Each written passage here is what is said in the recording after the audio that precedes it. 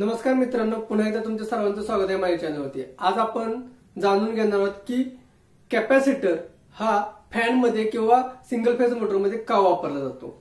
तर जर हा कॅपॅसिटर जर आपण फॅन किंवा सिंगल फेज मोटर मध्ये वापरला नाही तर काय होईल, तर आपला फॅन फिरणार नाही किंवा आपली मोटर सुद्धा चालू होणार नाही। म्हणजे काय होणार आहे की जर आपणाला जर फॅनला रोटेट करायचं असेल तर हा कॅपॅसिटर यूज होताना आपण पाहतो।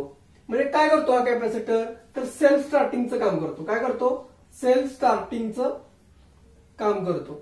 म्हणजे काहीतरी फॅनला किंवा मोटरला जर रोटेट करायचं असेल तर त्याला आपल्याला काय करावं लागेल, एखादा धक्का द्यावा लागेल किंवा हाताने किंवा फिरवावं लागेल।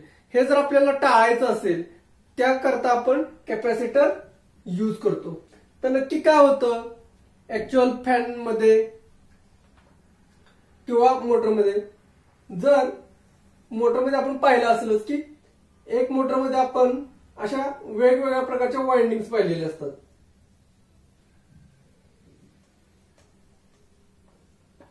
आणि ह्या वाइंडिंगला च्या मध्ये एक रोटर असतो।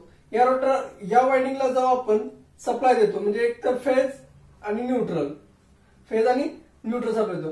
फेज आणि न्यूट्रल सप्लाय कसा आहे, कधी तो या डायरेक्शनने वाहेल तर कधी या डायरेक्शनने वाहणार आहे।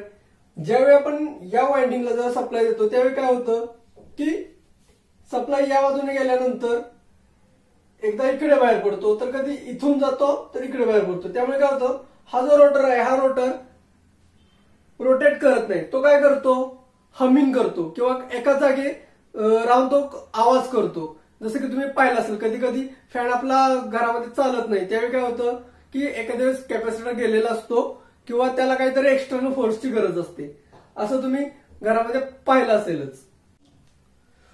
कोणताही फॅन असू द्या किंवा कोणतीही मोटर असू द्या, ह्याला फिरवण्यासाठी आपल्याला मॅग्नेटिक फील्डची गरज असते। ह्याला काय असते, तर मॅग्नेटिक फील्डची गरज असते। मोटरमध्ये जसं की आपण पाहिलं जातं की ज्यावेळी आपण फेज सप्लाय देतो, फेज सप्लाय दिल्यानंतर तो अल्टरनेट होत असतो। कधी तो पॉझिटिव्ह बाजूने जातो तर कधी निगेटिव्ह बाजूने जातो। त्यामुळे काय होतं की जी कॉइल्स आहेत, या कॉइलमध्ये काय होतं की मॅग्नेटिक फील्ड तयार होते। तर ती मॅग्नेटिक फील्ड तयार झाल्यानंतर कसं, एखादा लवचुंबक आहे, एन पोल आणि साऊथ पोल आहे, हे दोन एकमेकाला कसे अट्रॅक्ट करतात। त्याच्यामुळे काय होतं, हा रोटर फिरतो। म्हणजे सेम काय होतं, त्याचप्रमाणे इथे हा नॉर्थ पोल झाला तर हा साऊथ पोल आहे, तर हा काय करतो, ह्याला अट्रॅक्ट करतो, म्हणजे हा या दिशेने अट्रॅक्ट करतो। त्यानंतर इथे साऊथ आहे पर इथे नॉर्थ आहे, अशा प्रकारे रोटेटिंग होत राहतो। पण ज्यावेळी आपण फेज सप्लाय देतो, फेज सप्लाय दिल्यानंतर काय होतं की पूर्ण कॉइल मध्ये आपल्याला एकदा नॉर्थ पोल सर्व कॉइलला मिळतो, तर त्याच्या दुसऱ्या सेकंदाला साऊथ पोल मिळतो। त्याच्यामुळे काय होतं, हा रोटर फिरत नाही, तो रोटर एकदा या दिशेने फिरतो तर एकदा या दिशेने फिरतो। त्यामुळे तो काय होतो, हमिंग होतो, म्हणजे तो एकाच जागे व्हायब्रेट व्हायला सुरुवात करतो। त्यामुळे आपला फॅन रोटेटिंग मध्ये फिरण्यासाठी कॅपॅसिटर यूज करतो।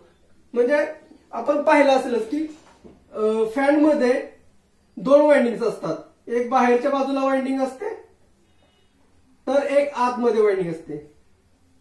सर्क्युलर शेप मध्ये ही वाइंडिंग आपल्याला पाहायला मिळते। ज्यावेळी आपण फेज सप्लाय देतो त्यावेळी या बाहेरील वाइंडिंगला आपण फेज सप्लाय देतो, तर आतील वाइंडिंगला आपण काय करतो, कॅपॅसिटर थ्रू सप्लाय देतो। इथे नॉर्मल फेज सप्लाय दिल्यामुळे आपल्याला रोटेटिंग फील्ड मिळून जाते। म्हणजे काय होतं, ज्यावेळी आपल्याला पॉझिटिव्ह सप्लाय दिल्यामुळे काय होतं की इथे एक मॅग्नेटिक फील्ड तयार होते। पण सेकंड कॉइलला ज्यावेळी आपण कॅपॅसिटर थ्रू सप्लाय देतो त्यावेळी काय होतं की व्होल्टेज पाठीमागे राहतं आणि करंट पुढे जातो। त्याच्यामुळे काय होतं, त्याला एक एक्स्ट्रा फेज सप्लाय मिळतो।